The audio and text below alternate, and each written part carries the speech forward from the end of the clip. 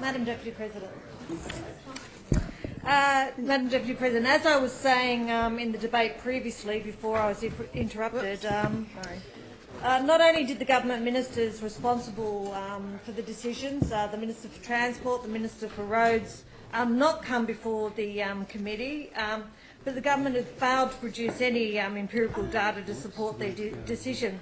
I've already noted the Baird government's reliance on the property developer-funded study to decay to destination in regards to their decisions as raised by Urban Growth. But I would also like to make some points about the other survey, again funded by the property developers, GPT, and undertaken by the Hunter Valley Research Foundation in 2008. That survey called Attitudes Towards Redevelopment of the Newcastle CBD Survey of Residents in the Newcastle Electorate. Now, if you run a survey, Madam Acting President, and you decide to leave out the electorates of Lake Macquarie, the electorates of Wallsend, the electorates of Maitland, when you're asking what the train use is for the Newcastle rail line to the CBD, I think you've practically left out nearly everybody that actually has access to the rail line.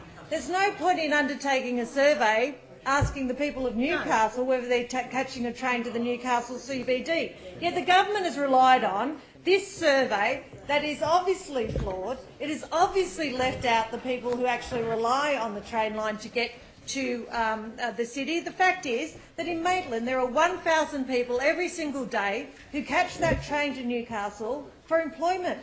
Yet the government relied on a property developer funded survey that did not include Maitland, that did not include Lake Macquarie, that did not include Wallsend.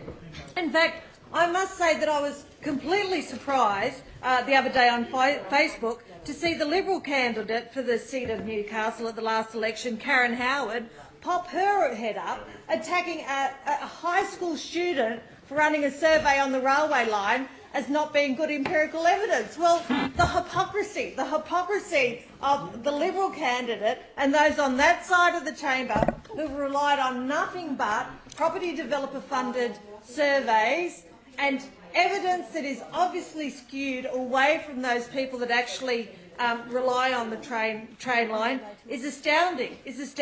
And more astounding about this government is just the other day in the Newcastle Herald on the 10th of August, I note that Urban Growth is undertaking a survey, another survey, on what should be on the train line land. Now, correct me if I'm wrong, but last time I looked, there was a High Court injunction against the government doing anything on this land. The last time I looked, the government was told by the courts that it needed legislation if it wanted to do anything in this land. Yet Urban Growth, the same Urban Growth that relied on the GPT-funded survey, is now doing a survey on what to go on their land. And despite the promises on that side of the chamber that this wasn't about putting property development, that this wasn't doing any of that kind of stuff, let's look at what the four options they put up. The first option includes some small-scale developments along the route. Well, I don't know what small-scale developments mean, but I've got a good idea of what it's going to mean. The second option they put up includes a range of commercial and residential development along where the railway line is. Now, if you're saying you need to rip up a railway line because you want to stop a block between the city and the waterfront, I would have thought the last thing that you were planning to put on there was commercial and residential development. The third concept also had development on it, and the fourth concept included a new entertainment precinct near the historic Newcastle railway station. Not one of the concept plans that was put forward by Urban Grove was just green space. Not one of the ideas that was put forward by Urban Grove was for the train line to remain there. Now, if these people were serious about finding out what the people of Newcastle really wanted, how about we do this for a change? How about we actually do a fair dinkum survey on whether the people of Newcastle want the heavy line to remain? Because at the moment there is absolutely no evidence to support their decisions or the decisions that have been undertaken by this government in regards to ripping up the line. And as far as we can see from the information put forward by Urban Grove, is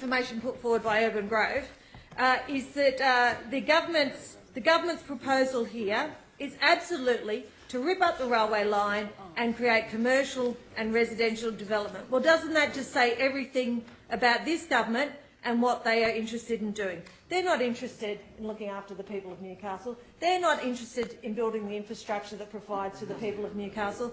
This government is interested in looking after their property developer mates, who pay for their surveys, their property developer mates who give them the data that allows them to make these decisions. And at the very least, when you have a court say to you, you cannot rip up this rail line and do anything with this land, and you don't have the legislation of this parliament, why on earth is a government department out there running a survey asking what development should go on that land? What commercial and residential developments should be going on this land? And the reality is, this land is not going to be green space. You can have a look at their concept plans, and they might have in some, 8% that's green space, but the whole land is going to be developed. And that's been the government's plan all along. And that's why they've made this decision, and it's appalling.